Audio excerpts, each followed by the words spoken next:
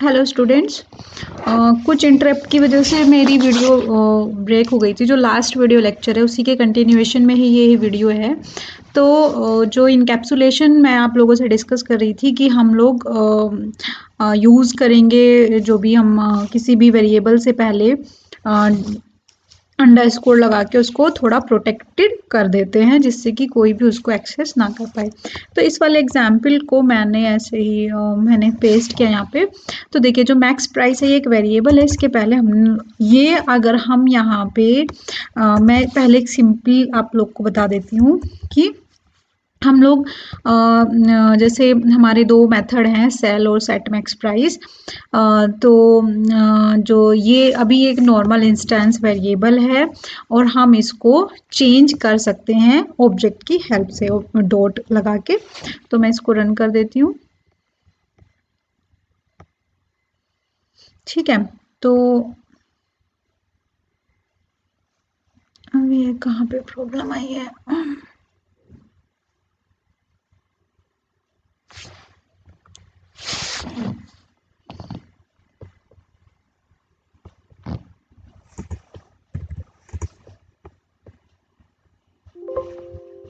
Okay, यहाँ पे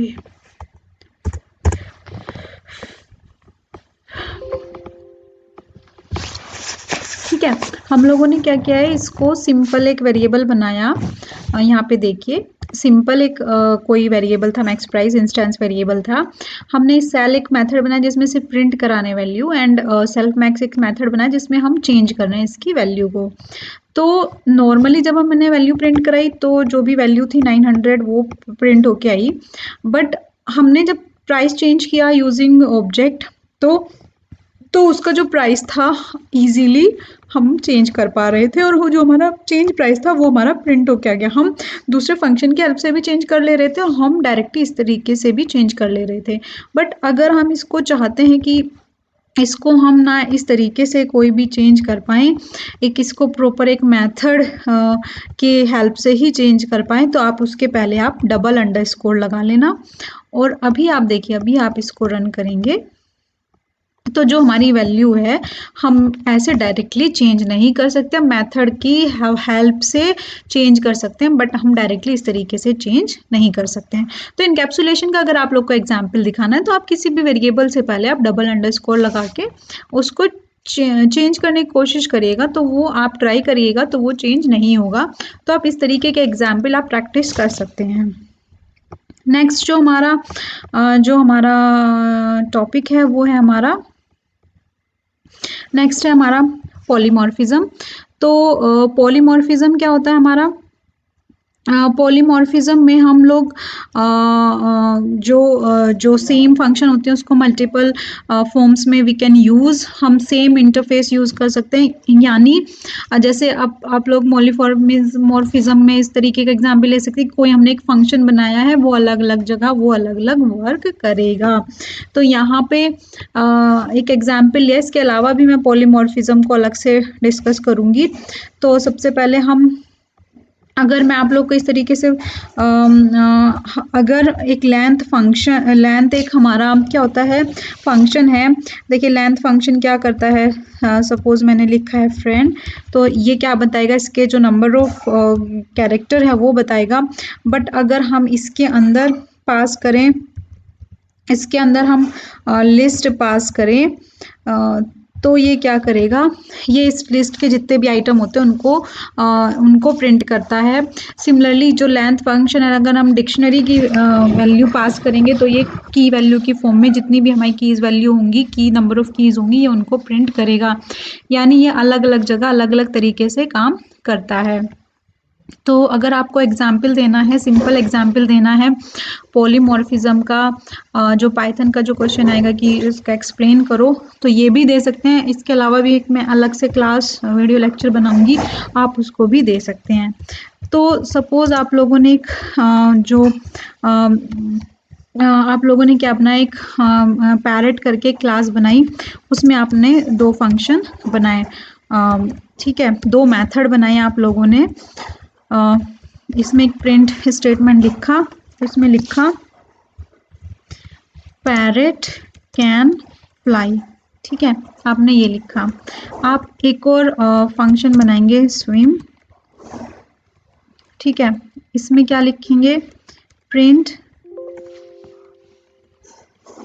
parrot can not swim.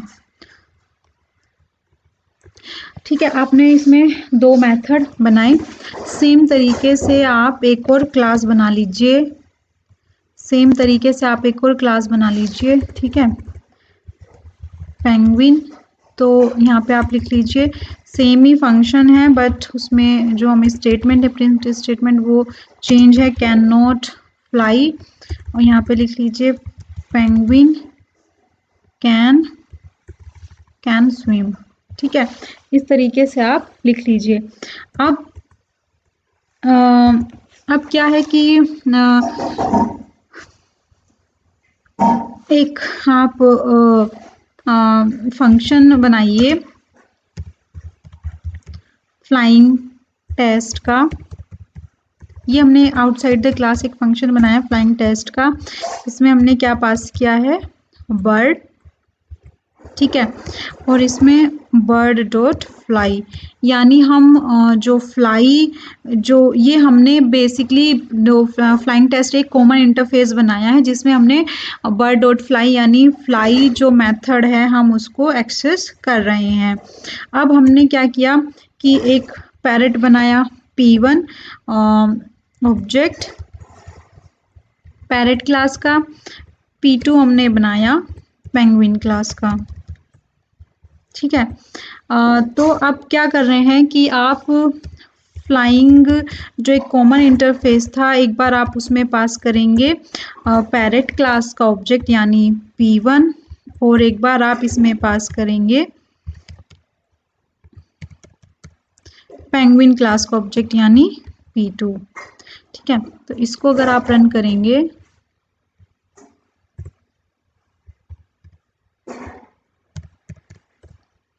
तो देखिए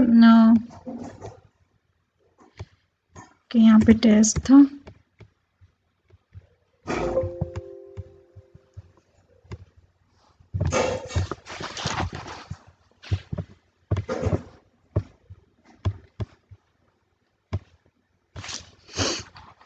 तो देखिए हमने जो सेम फ्लाई फंक्शन है हमने उसको एक्सेस किया है फ्लाइंग टेस्ट से। सेम तरीके से आप स्विमिंग टेस्ट भी कर सकते हैं, स्विमिंग इंटरफेस भी बना सकते हैं सेम, और उसमें आप दोनों ही स्विम जो फंक्शन है कॉमन इंटरफेस के थ्रू आप उसको एक्सेस कर सकते हैं।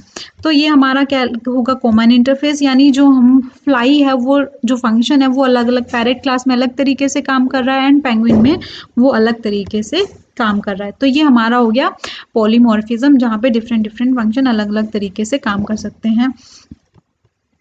तो इस तरीके से जो आपके जो एग्जाम्पल हो गए कि जो पाइथन है वो ऑब्जेक्ट ओरिएंटेड प्रोग्रामिंग लैंग्वेज है, तो आप उसमें पहले क्लास बताएंगे, फिर ऑब्जेक्ट बताएंगे, फिर आप बताएंगे कि किस तरीके से उसमें मेथड लिखते हैं इनसाइड द क्लास।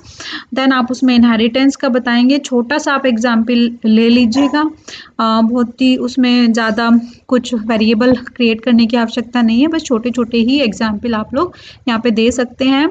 इंडिविजुअली अगर इनहेरिटेंस का आता है तब आपको पूरा डिटेल में बताना पड़ेगा। नेक्स्ट इनकैप्सुलेशन, इनकैप्सुलेशन में आप जब भी कोई वेरिएबल बनाएंगे जिसको प्राइवेट टाइप का आप रखना चाहते हैं तो उसके पहले आप डबल अंडरस्कोर जरूर लगाएं। अगर आपने डबल अंडरस्कोर लगाएंगे तभी वो प्राइवेट होगा, प्रोटेक्टेड होगा, और उसको हम मेथड के थ्रू ही चेंज कर पाएंगे, हम उसको डायरेक्टली चेंज नहीं कर पाएंगे। नेक्स्ट आप एग्जाम्पल देना पॉलीमॉर्फिज्म का।